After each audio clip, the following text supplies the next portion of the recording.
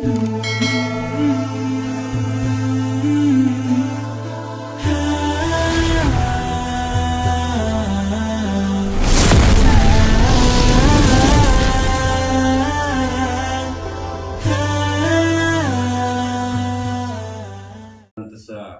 malam nikah gitu, adik selaput anu nikah. Dan insyaallah dengan keridaan Allah ada penjelasan lebih lah gitu. Jadi Allah Subhanahu wa taala oleh mukaddimah ayat baru tentang kawin nikah adalah, jadi manusia nikah adalah tercipta dengan sebaik-baik gitu. Laqad khalaqnal insana fi ahsani taqwim. Dan kami telah ciptakan, jadi telah, laqad di situ bermakna telah. Kami telah ciptakan yang namanya manusia dengan nafiaran dan wujud bentuk rupa yang sempurna. Namun Syekh Abdul Qadir Jailani memahami penciptaan manusia yang sempurna niki adalah dalam makna pada saat ruh itu masih berada di alam arwahnya, masih menikmati kedekatan bersama Allah Subhanahu wa taala, masih menikmati melihat Allah Subhanahu wa taala. Nah, itulah yang disebut dengan penciptaan manusia dengan sempurna menurut Syekh Abdul Qadir Jailani. Berarti niki adalah benar-benar ruh kita sudah bertemu dengan Allah Subhanahu wa taala, sehingga saking kagum, saking luar biasa nikmat, maka disitulah ruh-ruh kita itu bersaksi, mentasdik, menerima, membenarkan bahwa Allah adalah Rabb kami, Allah adalah yang mencipta kami. Lalu demi terlaksananya yang namanya keinginan Allah Subhanahu wa taala, tertuangin oleh dalam Al-Quran, yakni Allah penciptaan satu faran aran khalifah lek muka bumi, maka dari alam lahut ruh nikah kemudian ditiupkan, dimasukkan ke alam mulki atau alam suhud atau alam jasad niki. Akhirnya setelah semua ruh nikah, baik ruh al-Qudsi, ruh al-Sultani, ruh ruani maupun ruh jismani itu masuk tama oleh dalam awak manusia, maka inilah pemaknaan daripada ayat berikut oleh Syekh Abdul Qadir Jailani. Summa radadnahu asfala safilin. Lalu ruh-ruh itu kami tempatkan di tempat yang paling rendah. Niki. Jadi tempat yang paling rendah itu adalah jasad ini, yaitu alam mulki atau alam suhud. Yakni alam sakbau seksian. Alam sakbau isi raba sentuh. Niki. Yaitu alam mulki. Nah, setelah ruh niki masuk ke dalam jasad, maka ruh pun mengalami kelupaan tentang musyahadahnya, tentang ma'rifahnya kepada Allah Subhanahu wa taala lain oleh alam arwah. Pada saat Allah berpengandika, alastu bi rabbikum qalu bala syahidna. Nah, ruh lupa setelah masuk ke dalam jasad niki.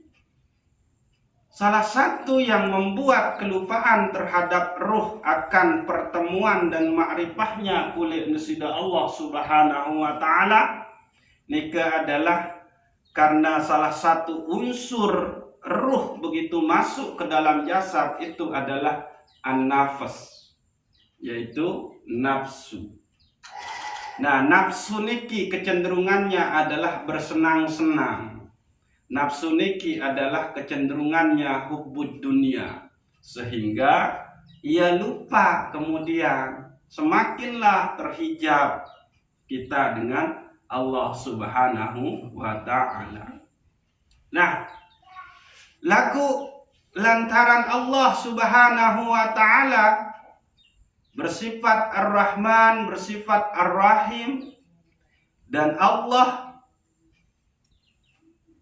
kepingin untuk dikenal, maka manusia yang telah mengalami kelupaan niki kemudian Allah Subhanahu wa ta'ala mengutus para nabi dan rasul untuk mengingatkan kembali akan makrifahnya dulu kepada Allah Subhanahu wa ta'ala, akan kedekatannya dulu kepada Allah Subhanahu wa ta'ala. Maka terakhir diutus oleh Allah Subhanahu wa ta'ala sebagai nabi dan rasul, khatamul anbiya wal mursalin, yang bergelar Habibullah, yaitu Sayyiduna Muhammad sallallahu alaihi wasallam. Nah, maka ilmu ma'rifah niki kemudian disebarluaskan oleh Rasulullah sallallahu alaihi wasallam. Sadar bahwa mengenal Allah adalah tujuan diutusnya, ia ampun Rasulullah tunjukkan dengan nafiaran memperlihatkan akhlak-akhlak yang mulia. Karena sain sebarin ini adalah Dia yang maha penyayang, yaitu Allah Subhanahu wa ta'ala. Sehingga Rasulullah kemudian itu adalah mengatakan diri beliau diutus untuk menyempurnakan akhlak manusia. Beliau diutus sebagai rahmatan lil alamin. Yo kembe ndek mungkin Rasulullah saya sebarin ma'rifah ojok desida Allah, tauhid sakena ojok desida Allah, mu terus Rasulullah endek tunjukin akhlak sa mulia, ndek mungkin. Itulah sebabnya Rasulullah pada saat hijrah ke Taif berembin-embin dan tersakiti isi masyarakat Taif sampai berdarah, sampai terluka, maka Rasulullah tidak membalas. Bagaimana mungkin Rasulullah akan membalas sementara beliau akan berdakwah di situ, yaitu mendakwahkan Allah yang maha penyayang, Allah yang maha pengasih, Allah yang maha pengampun, Allah yang maha melindungi, Allah yang maha memberi aman, Allah yang maha memberi kedamaian kepada makhluknya.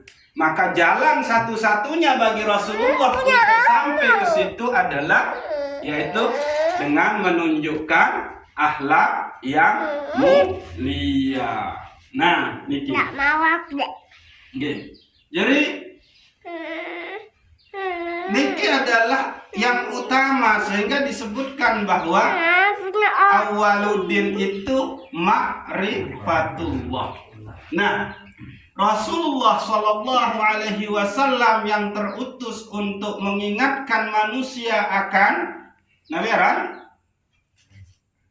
bahwa ia manusia niki pernah bertemu dengan Allah Subhanahu wa ta'ala, ruhnya pernah bertemu, ruhnya menyaksikan Allah, ruhnya mentasdikkan, membenarkan Allah Subhanahu wa ta'ala. Maka Rasulullah Sallallahu Alaihi Wasallam kemudian diberikan jalan oleh Allah Subhanahu wa ta'ala untuk memperkenalkan Allah itu adalah dengan diturunkannya wahyu dalam bentuk kitab suci. Nah, niki. Jadi Allah kemudian memberikan wahyu dalam bentuk kitab suci, yakni Al-Quran, itu sebagai salah satu jalan kita untuk mengenal kembali Allah yang dulu pernah dikenal oleh ruh kita. Nah, maka disinilah pentingnya kita memahami ayat-ayat Al-Quran yang memberitahukan kita tentang siapa dan bagaimana Allah itu yang sebenar-benarnya menurut Al-Quran, bukan sebenar-benarnya menurut akal pikiran manusia. Nah, maka makin terbaik seke surat luar biasa oleh Al-Quran, yakni surat Al-Ikhlas. Gitu. Jadi surat Al-Ikhlas niki adalah surat sangat pendek tapi padat dan jelas, menggambarkan, memberitahukan tentang Allah Subhanahu wa Ta'ala. Ia ampun teparan aran surat Al-Ikhlas nike berarti bahwa surat yang memurnikan keesaan desida Allah Subhanahu wa Ta'ala. Ini kunci untuk kita masuk barang. Jadi dikatakan dia surat Al-Ikhlas karena di dalam ayat-ayat surat Al-Ikhlas nika itu menjelaskan tentang kemurnian keesaan Allah Subhanahu wa Ta'ala. Maka ayat pertama adalah Qul huwallahu ahad. Nah, itu.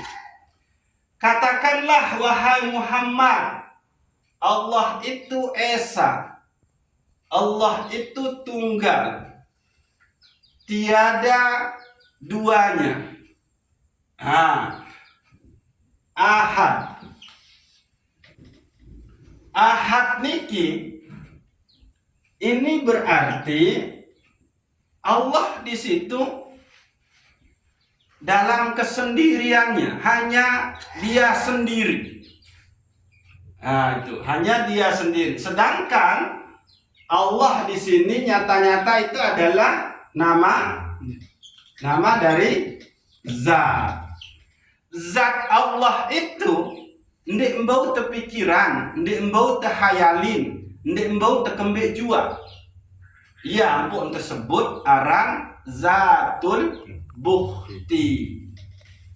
Jadi lamun arah dengan sak ngeraos kawih penjelasan akal pemahaman tentang Allah, maka sak menjelasin nu adalah gambaran tentang Allah oleh dalam otak pendek Allah itu sendiri. Karena kembek nyata-nyata kalau zat itu nggak bisa dipikirkan, tidak bisa dihayalkan.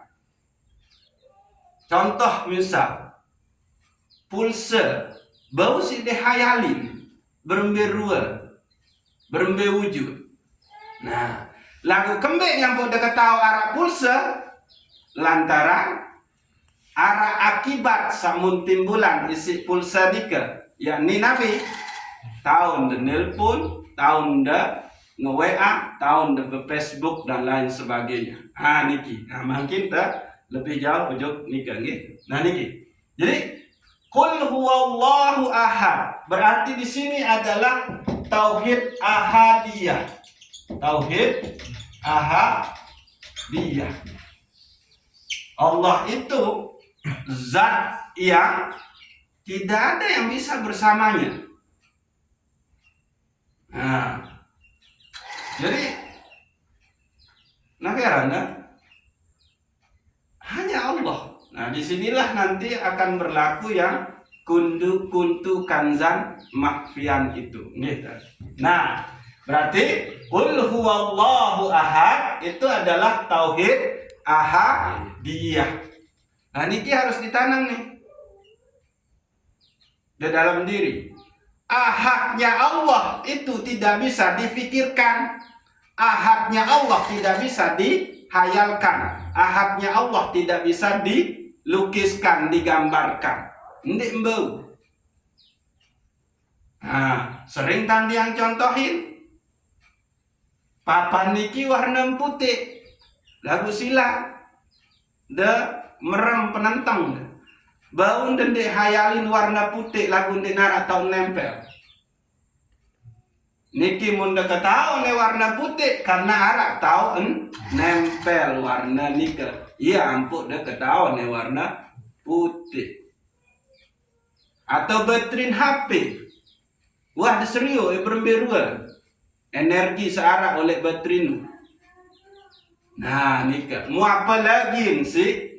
Sateparan aran zat Allah subhanahu wa ta'ala. Jadi nikah. Cara mengimani Allah qul huwallahu ahad itu adalah yakini bahwa Allah nu ndek mbau te hayalin, ndek mbau te gambarin, ndek mbau te pemeni. Ah niki sehingga tafakkaru fi khalqillah wala tatafakkaru fi zatillah. Pikirkan tentang ciptaan Allah, lagu dendek ciptain pikiran tentang zat. Nah, pikirkan. Nabi si temikir akal. Mau berberuan akal nih ke? Berbe bentuk. Ada kena arah. Ndek serius. Ada kena ndek nara nyata. Nah, ini. Nah, ya nikah. Jadi akal sak tercipta sida-sida Allah subhanahu wa ta'ala doang ndek tebau isi terpikiran. Mulalu berembe nia sak ciptain akal nikah. Mulalu berembe nia sak ciptain warna putih nikah. Menung. Ya niki sak pertama yaitu qul huwallahu ahad. Berarti tauhid ahadiyah. Sak kedua Nabi min ayat Allahus somad. Hanya Allah lah tempat segala sesuatu niki bergantung. Kepada Allah semua bergantung. Nah, yo kembali nyampung kepada Allah semua bergantung. Kembali. Karena emang Allah lah pencipta selaku Nabi jua niki.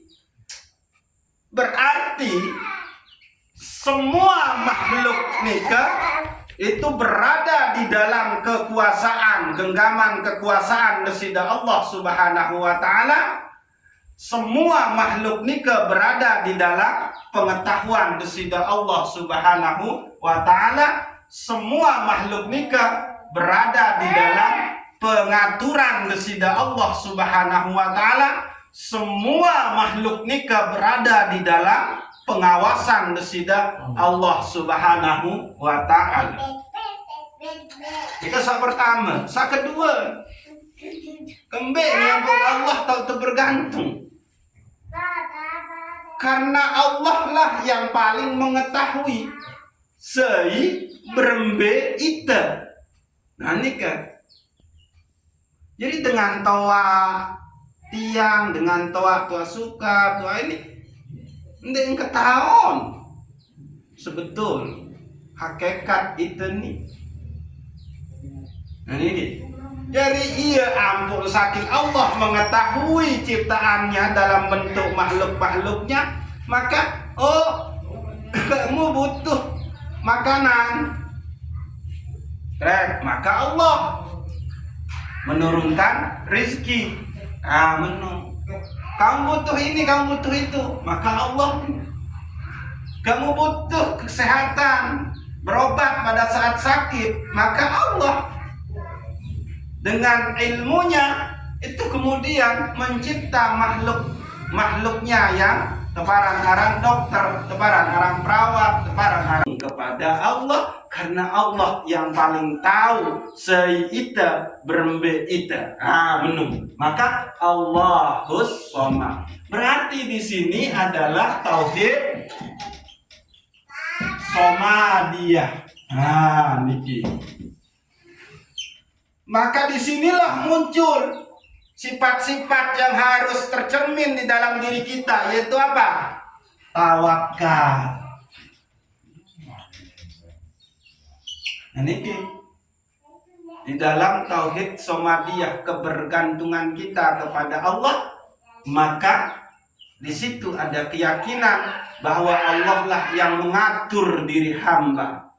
Allah lah yang menentukan siapa bagaimana diri hamba. Maka ada kesadaran setiap masalah, setiap kebahagiaan, setiap ini itu datangnya dari Allah.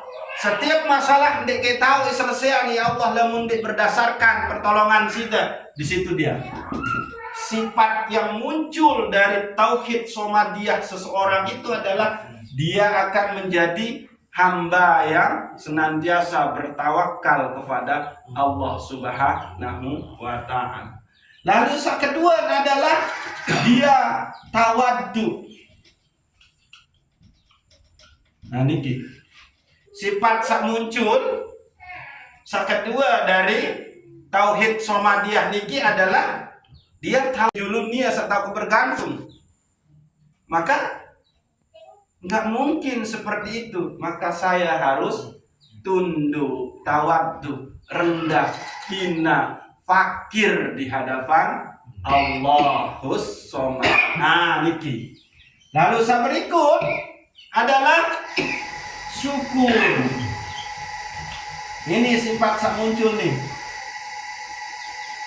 Senantiasa bersyukur kepada Allah atas semua pemberiannya. Ya kembe, ini ya kena dengan datang selaku apa niki. Nah, setelah syukur, maka yang muncul kemudian di sini adalah sikap sabar. Niki, dia bersabar.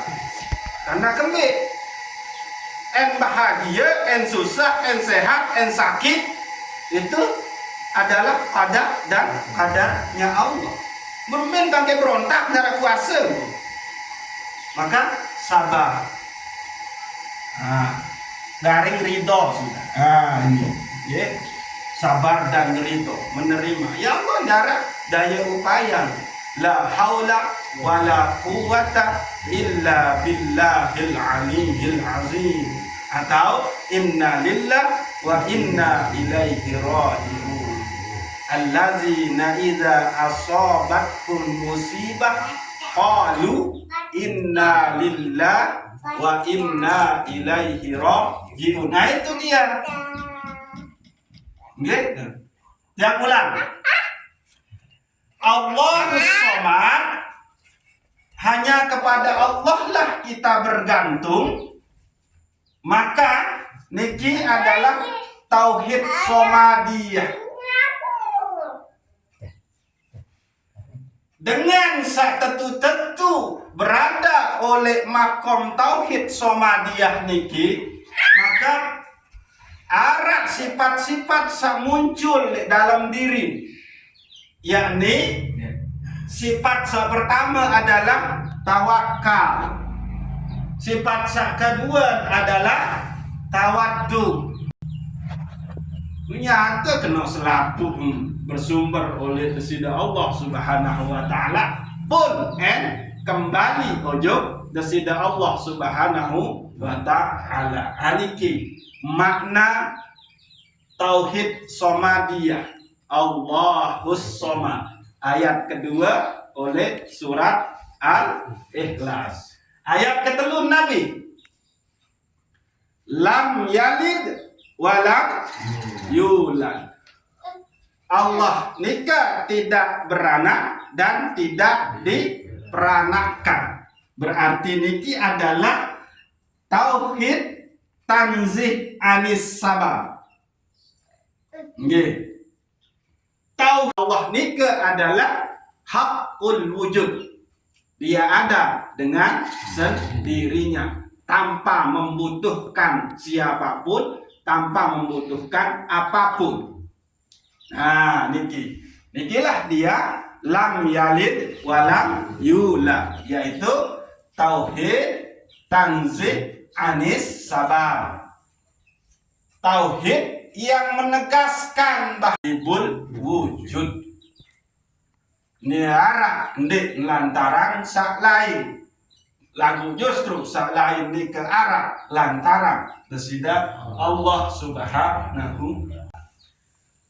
Allah ni ke ndik narak sak bau pada bikin niat sak berserupa dengan Allah subhanahu wa ta'ala. Berarti niki adalah tauhid tanzih anit tasabbuh. Jadi muhalafatuhu lil hawadis. Nah itu dia. Kalau lam yalid wa lam yulad, qiyamuhu ta'ala binafsi wahda niyah. Nah niki. Nah, walam yakul tersebut arah tauhid tanzih anit tasabbuh. Tauhid yang menegaskan bahwa Allah ndik narak bau kanjeng pada makhluk pun ndik bau pada beke desida Allah subhanahu wa ta'ala. Nah, nikilah luar biasa surat Al-Ikhlas nika menjelaskan tentang makrifah kepada Allah subhanahu wa ta'ala. Saking yang Allah ni ke diarahkan bau pada, maka tertegasin si desida Allah oleh dalam Al-Quran nikah adalah wahwal awalu wahwal akhiru. Kita kalau mau membaca Al-Quran subhanahu wa ta'ala, maka inilah dia surat Al-Ikhlas, yaitu surat yang memurnikan keesaan desida Allah subhanahu wa ta'ala. Niki. Nah, berapa menit jauh dia?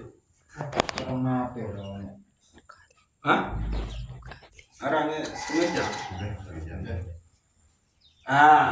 Lemak cukup baju gitu. Lemak telanjutin isi af'al dan zat. Nah niki, insyaallah lemak malam Jumat Pak Tuhan. Niki wajib dulu sekedi gitu.